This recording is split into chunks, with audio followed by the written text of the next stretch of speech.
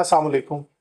मेरा नाम डॉक्टर शादी असगर है। आज इस टॉपिक पे बात करने के लिए मैं आपकी खिदमत में हाजिर हुआ हूँ। वो है इनफर्टिलिटी का एक अहम इशू, एक अहम टॉपिक। हर फीमेल औरत के अंदर, हर जनाना औरत के अंदर बच्चादानी के साथ दो ट्यूब्स होती हैं और फिर उन दोनों ट्यूब्स के साथ दो अंडादानियाँ होती हैं जिनको हम ओवरीज बोलते हैं, और जो ट्यूब्स हैं उनको हम फिलोपियन ट्यूब्स बोलते हैं। जब एक फीमेल के अंदर मेच्योर फॉलिकल डेवलप हो जाता है तो वो इन अंडादानियों में से निकल कर सफ़र करते हुए, ट्रैवल करते हुए इन ट्यूब्स के अंदर दाखिल होता है। फिर इन ट्यूब्स में बच्चेदानी की तरफ से मर्द का स्पर्म आता है और वो एक दूसरे के साथ मिल जाते हैं, जहाँ पे फर्टिलाइजेशन होती है और एम्ब्रियो बन जाता है, यानी कि बच्चा बन जाता है। फिर इन ट्यूब्स में से ट्रैवल करता हुआ बच्चादानी के बीच में आता है, यानी कि यूट्रस में आता है, और यूट्रस यानी कि बच्चादानी के बीच में एक लाइनिंग होती है जिसको हम एंडोमेट्रियम बोलते हैं। ये जाके वहाँ पे फिक्स हो जाता है और फिर वहाँ से बच्चे की ग्रोथ और प्रेगनेंसी एक नॉर्मल प्रोसीजर स्टार्ट हो जाता है। अब इनफर्टिलिटी में अक्सर फीमेल को या ज़्यादा को कह लें, इनफर्टिलिटी के कॉजेज में एक ट्यूबल ब्लॉकेज भी एक बहुत बड़ा इशू है। यानी कि अगर ये ट्यूब्स ब्लॉक होंगी तो फिर ओवम यानी कि फीमेल का अंडा और मर्द का जरासीम जो है स्पर्म, ये आपस में नहीं मिल सकेंगे क्योंकि बीच में ब्लॉकेज होगी, ट्यूब बंद होगी, बीच में दीवार बनी होगी, ये आपस में नहीं मिलेंगे। और जब ये आपस में नहीं मिलेंगे तो बच्चा नहीं होगा और इनफर्टिलिटी, बांझपन पैदा हो जाएगा इस कपल को। अब जिनके ये ट्यूब्स ब्लॉक हो जाती हैं उसके लिए मुख्तलिफ तरीके हैं उस ट्यूब्स को खोलने के लिए। यानी कि उसमें पहले एक मालूमाती टेस्ट किया जाता है, HSG, जिसको हिस्टेरोसल्फिंगोग्राम बोलते हैं। उसमें पेशेंट जो फीमेल होती है उसको कैटर इंसर्ट किया जाता है और डाई दिया जाता है। अक्सर उसमें ये ब्लॉक ट्यूब्स भी खुल जाती हैं, तो एक इलाज तो ये भी हो जाता है। फिर ऐसा भी होता है कि लेप्रोस्कोपिक सर्जरी भी इसमें की जाती है, ऑपरेशन किया जाता है। मैं जो बात आपसे आज करने जा रहा हूँ उसमें मकसद ये करने का कि जो फीमेल्स या जो कपल्स जो हैं जो कि सर्जरीज नहीं करना चाहते, वो चाहते हैं कि भाई ओपन एब्डोमिनल या पेल्विक सर्जरी ना हो, पेट ना खोला जाए और उसके बगैर इन बर्न ट्यूब्स को खोला जाए। तो इस टॉपिक पे बात करने के लिए मैंने दावत दी है डॉक्टर गौस अली शाह को। ये कंसल्टेंट फिजियोथेरेपिस्ट हैं, हमारे साथ ही मुबारक सेंटर में प्रैक्टिस करते हैं और हम कंबाइन इस चीज़ का मिलकर इलाज करते हैं। अब ये किस तरह से बगैर ऑपरेशन के, बगैर सर्जरी के इन ट्यूब्स को खोलते हैं, उसके बारे में डॉक्टर साहब आप हमें बताएं। ज़रूर, thank you so much first of all. अच्छा, इस तरह होता है कि ट्यूब्स जब ब्लॉक हो जाती है तो इसके लिए हमारा एक स्पेसिफिक मशीन है, उसको डायथर्मी बोलते हैं।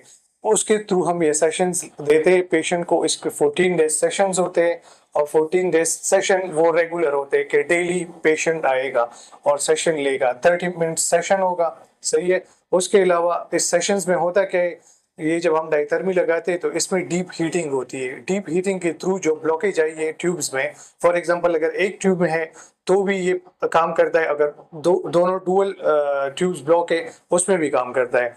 तो डीप हीटिंग के थ्रू ये डायथर्मी रेजेस और हीटिंग जाती है तो जो ट्यूब्स में ब्लॉकेज होती है वो उससे मेल्ट होना शुरू हो जाती है। जब मेल्ट होती है तो हम फीमेल को ये कहते हैं कि वाटर इनटेक भी इसके साथ ज़्यादा से ज़्यादा करें ताकि यूरिनेशन में ये बॉडी से आउट हो जाए और आपके ट्यूब्स खुल जाए।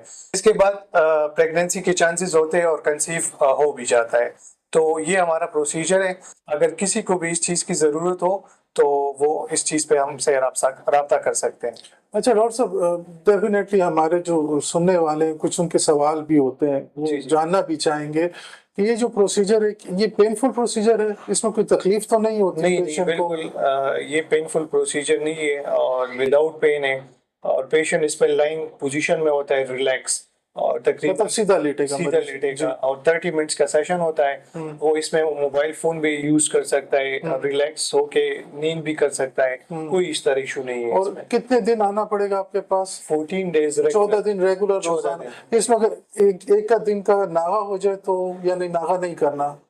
ایک دو دن اگر ہو جائے کوئی ایشو نہیں ہے، لیکن کم از کم 2 سے زیادہ نہیں ہونے چاہیے. 2 دن سے زیادہ اس میں چھٹی نہیں ہو رہی. اگر ریگولر ہے وہ زیادہ فائدہ مند ہے. ریگولر بہت زیادہ. اگر دیکھیں کوئی کپل ہوتا ہے وہ 3 دن نہیں آ سکتا تو شروع سے پھر کرنا پڑے گا ان کو، یہ پھر دوبارہ اسٹارٹ سے کرنا پڑے گا. 14 دن ریپیٹ 14 دن پڑیں گے. کریں گے. اچھا ٹھیک ہے. جی. کوئی سائیڈ ایفیکٹس آپ کو لگتے ہیں اس کے؟ نہیں، اس کے سائیڈ ایفیکٹس کوئی بھی نہیں ہے. فار ایگزامپل اگر سسٹ وغیرہ ہو جی تو پھر اس کے سائیڈ ایفیکٹس ہے، پھر ہم نہیں لگاتے. ہاں یہ بتائیے کون سے مریض یہ نہیں کر سکتے؟ کاؤنٹر انڈیکیشن کے کس قسم کے مریضوں کو یہ نہیں کروانا چاہیے تاکہ وہ آئیں نہ، پھر ان کو تکلیف ہی نہ ہو؟ ان مریضوں میں جس کا سسٹ وغیرہ ہو، ٹھیک ہے، جن کی پانی کی رسولی جن کو بولتے ہیں، جی جی جی بچہ دانی کے ساتھ بچہ دانی، ان کو یہ نہیں کروانا ان کو یہ چاہیے. نہیں کروانا وہ پھٹ سکتی ہے. پڑھ سکتے ہیں. بالکل ٹھیک ہے. اولڈ ایج میں نہیں کروانا چاہیے اس کو. مطلب کس ایج سے کس ایج تک؟ تقریباً 45 کے بعد نہیں کرنا چاہیے اور اس چیز کو. کتنی ایج سے آپ کے پاس آئے؟ اور 20 سے ابو 35 یعنی کہ 35 تک یہ 20 سے 40 سال کے جی بیچ جی. میں اس کے ریزلٹس ہمیں اچھے مل سکتے بہت ہیں. زبردست مل سکتا ہے. اچھا، اور کن کو نہیں آنا چاہیے؟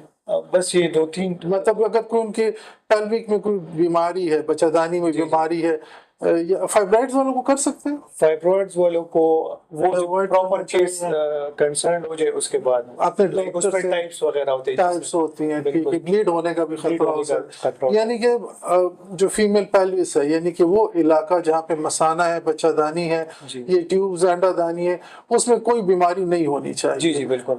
20 سال سے لے کے 40 سال تک عمر ہونی چاہیے. بالکل جی. اور اگر یہ ٹیوبز کسی وجہ سے بند ہے، بیماری صرف یہی ہونی چاہیے کہ ٹیوبز بند ہیں. ٹیوبز بند ہے. جی اس کے سر. علاوہ کوئی اور بیماری نہ ہو. جی سر. اس کے ریزلٹس ہمیں اچھے ملتے ہیں. بالکل. آپ کے کچھ کیسز میں نے سنا سکسیسفل بھی ہوئے ہیں، بہت زیادہ سکسیس. انہوں نے کنسیو کیا اس تھراپی کے بالکل بعد. جی. ٹھیک ہے.